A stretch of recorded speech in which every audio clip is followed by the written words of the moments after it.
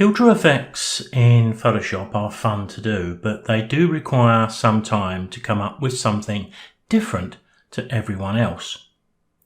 This often means blending more than one filter effect, and sometimes the image we choose may not work out that well.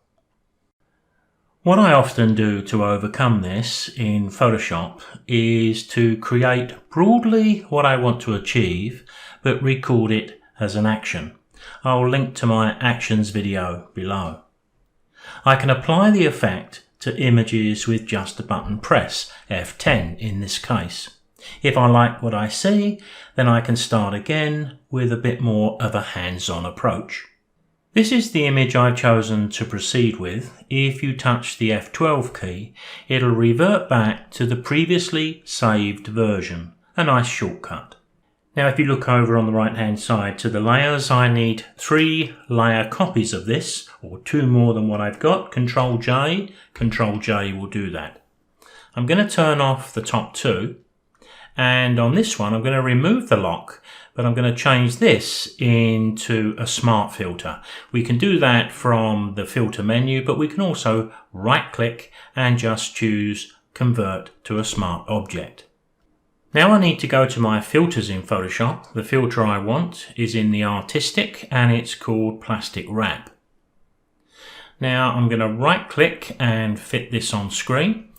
I'm going to go with the settings that are here, but of course there's quite a degree of flexibility by changing these. Let's OK that. Straight away with the same layer selected, I'm going to go back, and on top of that I'm going to add another filter from the artistic range, this time cutout. And once again I'll right click, fit this on screen, and I'm just going to apply what we have here, but I emphasize that experimentation is the key. Now the benefit of these 2 smart filters is that we can adjust them as many times as we want. It's a great help to the creativity of a project like this. For example, if I wanted to adjust the plastic wrap, I can double click that little hyperlink there. I can fit the image on screen and I can make any changes that I want. And I can do that with the cutout also. But in the interest of speed, let's move on. You'll notice that this technique takes away quite a bit of the colour. So the second layer, or the one that's in the middle of the 3, I often use that to replace colour.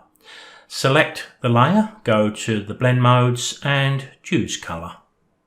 Now the top layer I use just to bring back some of the photo quality in the image if it's required, by selecting it and reducing the opacity.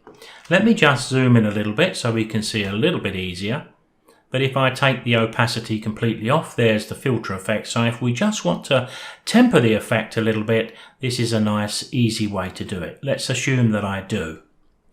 But what I'm going to do now is I'm going to flatten all of these together. We'd save them first, of course, but I'm going to flatten them.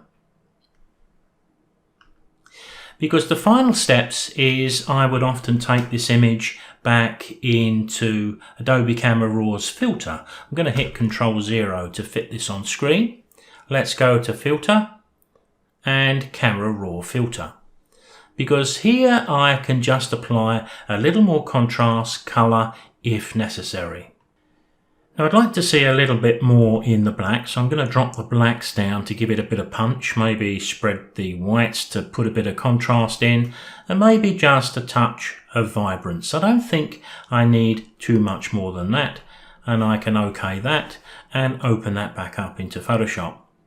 Now look up at the top right. The filter effect hasn't done a very good job up at the top right. I'm going to zoom into that because we can fix that, I think, pretty quickly and easily. Going over to the toolbox on the left hand side, I'm going to pick up my polygonal lasso tool, and I'm just going to make a very quick selection around that shape. It does stand out a little bit. And up around the outer edge. Then I'm going to go to Edit, Content Aware Fill, look over on the right hand side, done a pretty good job. I'm going to just OK that, Control D, Control 0, there we have it. Now I've added this filter effect very quickly in the interests of my 5-minute video, but I hope you'll agree it does have some appeal. The resolution you're working in does have an effect on the appeal of these filters. So if you intend to print your image, decide on your print size before you start work. Now, filter effects like these are perfect to be finished off with a nice texture. They print very well. And textures are always best applied as a smart filter or smart object. I'll see you next time.